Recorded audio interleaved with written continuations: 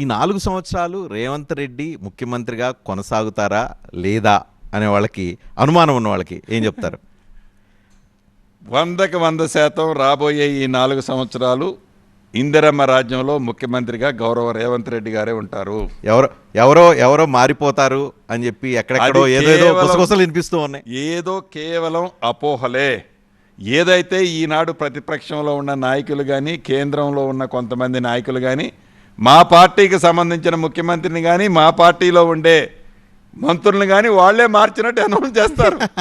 కానీ ఎప్పుడోకప్పుడు అది అతి త్వరలో ఏమన్నా మార్పు గీర్పు జరిగితే మీ ద్వారా మార్పు జరుగుతుంది అనే ఒక చర్చ కూడా వినిపిస్తోంది. నేను చాలా తృప్తిగా ఆనందంగా రేవంత్ రెడ్డి గారి క్యాబినెట్లో మంత్రిగా ఉన్న సార్. నాకు భగవంతుడు ఇచ్చిన శక్తిని అంతా వాడి నా పోర్ట్ఫోలియోనే కాకుండా ప్రజలకి సేవ చేయగలిగే అవకాశాన్ని ఎక్కడా మిస్ అవ్వట్లేదు సార్. అంతేగాని ముఖ్యమంత్రి కోరిక లేదా? నాకు ముఖ్యమంత్రి కోరిక లేదు సార్. ఇప్పటికి లేదా, లేదు పర్మనెంట్గా లేదా? అరే నువ్వు ఎన్నేళ్ళు బతుకుతావు అంటే ఏం ఆన్సర్ ఇస్తాం సార్?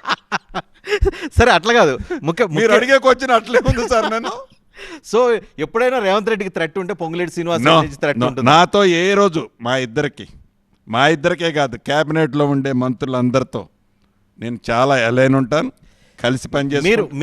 మీరు పదే అంటుంటారు కదా బాంబులు పేల్తాయి. రేవంత్ రెడ్డి పెద్ద మైండ్ పక్కన పెట్టుకొని కూర్చున్నారు అని చెప్పి చాలా మంది మాట్లాడుకుంటూ ఉంటారు. అదే పెద్ద బాంబు అని మిమ్మల్ని ఉద్దేశించి. లేదు సార్, అట్లా ఎప్పుడు ఉండదు. కాంగ్రెస్ పార్టీ ఏఐసిసికి చాలా క్లారిటీ ఉంది సార్. ముఖ్యమంత్రిని మారే ప్రసక్తే లేదు. మళ్ళీ నెక్స్ట్ ఇంటర్వ్యూలో కూడా మీరు నాకు ఈ క్వశ్చన్ ఇవ్వచ్చు. సో కాంగ్రెస్ పార్టీ అంటే చదరంగం లాంటిది. ఈ చదరంగంలో ఎప్పుడు ఎవరైనా ఏ ప్లేస్కైనా రీచ్ అవ్వడానికి అవకాశం ఉంటుంది. పొంగులేటి శ్రీనివాసరెడ్డి గోలు ఏమైనా భవిష్యత్తు కన్నా పెట్టుకునే అవకాశం ఏమైనా ఉందా? అటువంటిది ఇప్పుడైతే ఏం లేదు సార్. ప్రస్తుతానికి గోల్ ఏంటి? మీకు గతంలో మీ ప్రత్యర్థులుగా ఉన్నవాళ్ళు, ప్రస్తుతం ప్రత్యర్థులుగా గతంలో ఉన్న వాళ్ళని జైలుకి పంపించడం, అది మీ గోల్ సార్. ఏ ఒక్కళ్ళని జైలుకి పంపించడం అన్నది ఉద్దేశం కానీ ఉండదు కూడా సార్. అంత మంచి మీకు క్లారిటీ ఇస్తున్నాను. అదే రకంగా తప్పు చేసిన వాళ్ళు ఎవరన్నా ఉంటే, అయినా పైగా నేను హోం మంత్రిని కూడా కాదు, నేను జైలుకి పంపడం ఏంటి సార్? కానీ అన్ని సీక్రెట్లు ముందు మీకు తెలుస్తుంటాయి కదా. అన్ని సీక్రెట్లు ముందు మాట్లాడతారు. అన్నీ ఎందుకు తెలిస్తే ఏదన్నా ముగ్గురం కూర్చొని మాట్లాడేటప్పుడు ఏదన్నా ఉంటే ఆ సబ్జెక్ట్ ఓపెన్ చేయండి తప్ప మనసులో ఉన్నది ఓపెన్ చేయాలి. సీక్రెట్లు రివీల్ చేసి తర్వాత జరగనీయకుండా చేస్తున్నారని కూడా ఇంకో టాక్ ఉంది. అంటే దాంట్లో ఏంటో ఆ టాక్లో పాత ఫ్రెండ్ని కాపాడే ప్రయత్నం ఏమైనా జరుగుతుందా? ఇంతకు ముందు 10 నిమిషాల ముందు అచ్చం పాత ఫ్రెండ్నే టార్గెట్ పెట్టారు అంటారు మీరే, మళ్ళీ పాత ఫ్రెండ్నే కాపాడుతుంటారండి.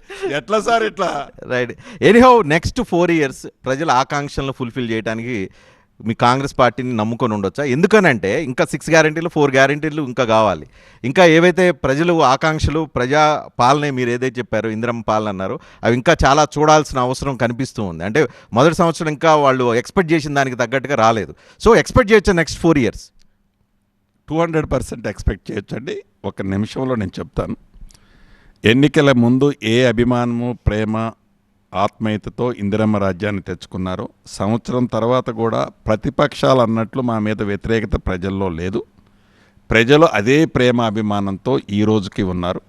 దానికి ఉదాహరణే ఈ మధ్య బై ఎలక్షన్ ఒకటి చనిపోతే, కంటోన్మెంట్ జరిగితే అక్కడ కూడా 35 సంవత్సరాల్లో కాంగ్రెస్ ఆడ గెలవలే. ఆ కాన్స్టిట్యున్సీలో కాంగ్రెస్ గెలిచింది సార్. దానికి నిదర్శనం, ఎగ్జాంపుల్ అది. ఈ సంవత్సరంలో కూడా కాంగ్రెస్ మీద ప్రజలలో వ్యతిరేకత లేదు. కేవలం ప్రతిపక్షము చూపించే ఒక అపోహ. ఎట్లయితే సంవత్సరం తర్వాత లేదో 4 సంవత్సరాల తర్వాత కూడా ఇదే ప్రేమ, అభిమానం ఉండే విధంగా మనందరి ముఖ్యమంత్రి రేవంత్ రెడ్డి గారి నాయకత్వంలోని ఈ ప్రభుత్వం పని చేస్తుంది. మళ్ళీ 4 సంవత్సరాల తర్వాత జరిగే ఎన్నికల్లో కూడా తెలంగాణ రాష్ట్రంలో ఇందిరమ్మ రాజ్యమే వస్తుంది సార్.